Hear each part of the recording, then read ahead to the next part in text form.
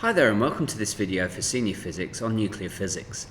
In this video we're going to look at nuclear stability and look at how we can develop radioactive equations.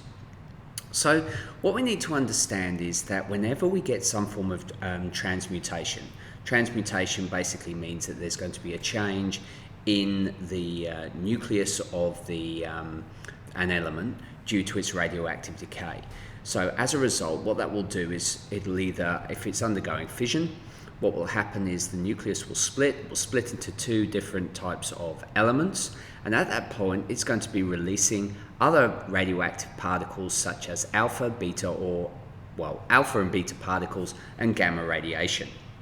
And often the stability of this is set up to how unstable the nucleus is. The more stable that nucleus is, less likely it is to undergo any form of decay. But how do we know how this works? Now we know that neutrons and protons exist in the nucleus, and what happens is the protons basically separate out the positive charges of the protons. Because you've got to remember that if you've got a proton next to a proton, they're going to repel, so they're going to want to force each other out.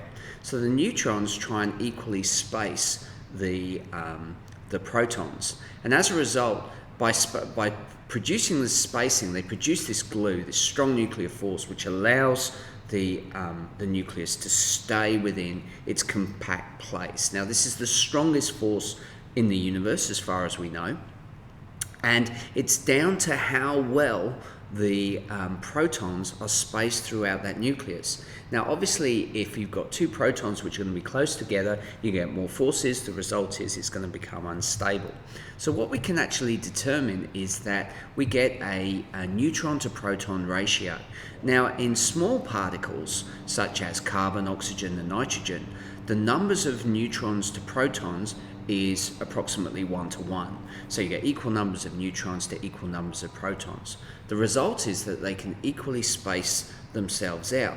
The trouble is when we start getting into some of the larger particles, or if we go down into and look at the nucleus of isotopes, remember an isotope is an increase in the number of neutrons, we now get an imbalance, and there's a lack of symmetry between the spacing of the protons and the neutrons. What that leads to is an instability within the nucleus, and as a result, you're almost fracturing the glue, that strong nuclear force in certain areas, which causes the nucleus to spit these particles out. Now, how this happens and what determines whether that decay is going to happen, nobody knows. But this is what has been observed. So we can see, looking at the box that we've got here, that a stable nuclide such as oxygen has got 8 protons and 8 neutrons. So basically our ratio is virtually 1 to 1. So you can see that as long as we're in that 1 to 1 situation, you're less likely to get any decay. But as we start getting into nuclei where they're not in a 1-to-1 relationship, we're going to get more decay, or more probability of decay happening. So the question now is, what happens when it decays? How can we predict what's likely to happen? So radioactive decay can basically be determined using an equation, and that equation will be made up of the following things. We're going to have our parent nucleus on one side, and then that's going to split into our daughter nucleus, our new element.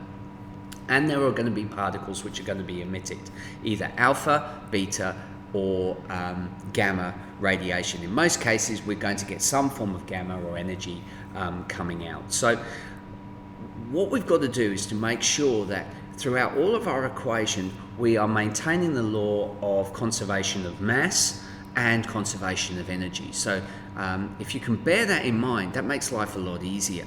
So whatever's on one side must be the same on the other side. So really all the equation does is, on the nuclear form, just look at, have we got the same mass on one side, have we got the same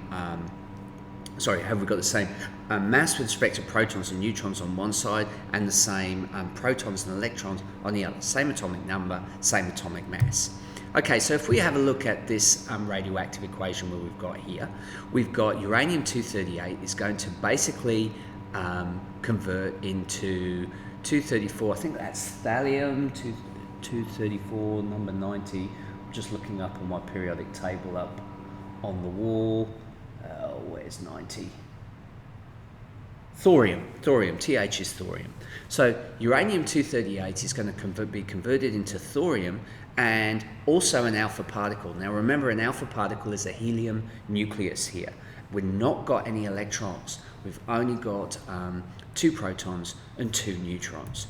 So what we're now going to get is our parent nucleus, daughter nucleus, and these particles. And here's the list of particles that we can have. We can have an alpha particle, we can have a proton which is going to be emitted, we can have neutrons emitted, we can have electrons, which is a beta particle, we can have positrons. Now positrons is the opposite of an electron, and you'll notice that it's got a +1 charge rather than an electron which has got a negative charge. These two things come together, they're basically antimatter. Two things come together, they disintegrate, they disappear.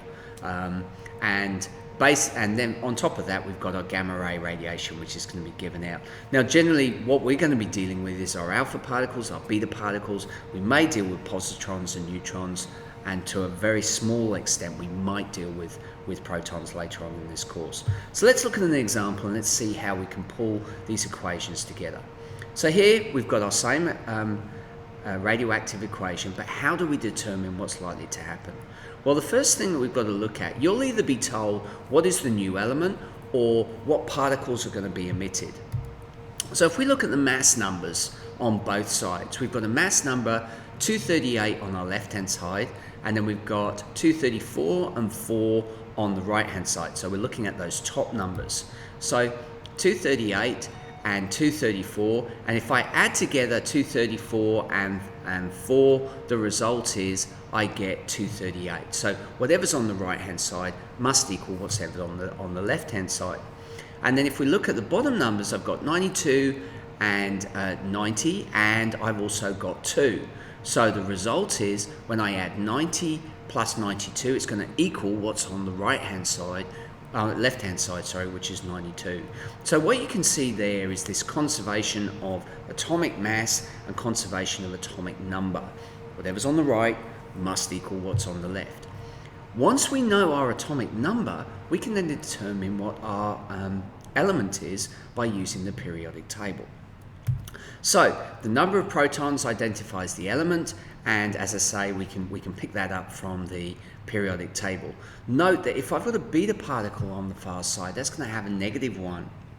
So basically what's going to happen is I've got to add that to the atomic number. So you'll find that we'll have an increase in an atomic number, and we'll look at that later on when we look at another particle. So basically if I'm getting something which is going to be producing 90 and 1, that will give me, when we put them together, will increase in that atomic number. And yeah, that's all down to the fact that we've got this negative charge which has been generated by the electron. Okay, so let's look at this example we've got here. We've got radon-226 is going to emit an alpha particle, and we're going to say, hey, well, what's it going to produce? So the first thing we need to do is look at our atomic masses. So I say 226 on one side, I've got 4 on the other, and if I take the 2 away, that will give me what the atomic mass is for the question mark there, and as you can see there, it's 222. Then I can look at the atomic number, 88 on one side, 2 on the other. Take the 2 away, that means I must have it at 86, I must have atomic number of 86. So then I go and look on the periodic table. Sorry, instead of 88 there, it should be 86. Apologies for that. And we get the element radon. Radon at 86. Just double check that I've got that right. Where's 86? Yeah, radon's sitting at 86.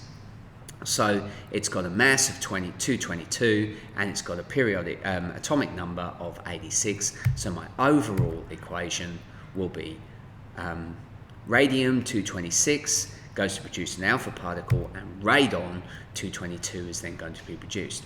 And that's it. It's fairly straightforward. We just follow those processes and fill in the equation. Now, obviously, in certain radioactive decay, it's more than one equation that we're going to be dealing with. So that's where the complexity begins to build up, but more on that on another video. So what I'd like you to do is check out the exemplary video that I'm going to put up on the board, and I've also got some worksheets for you to work through on this post, which will allow you to practice what we've just learned there.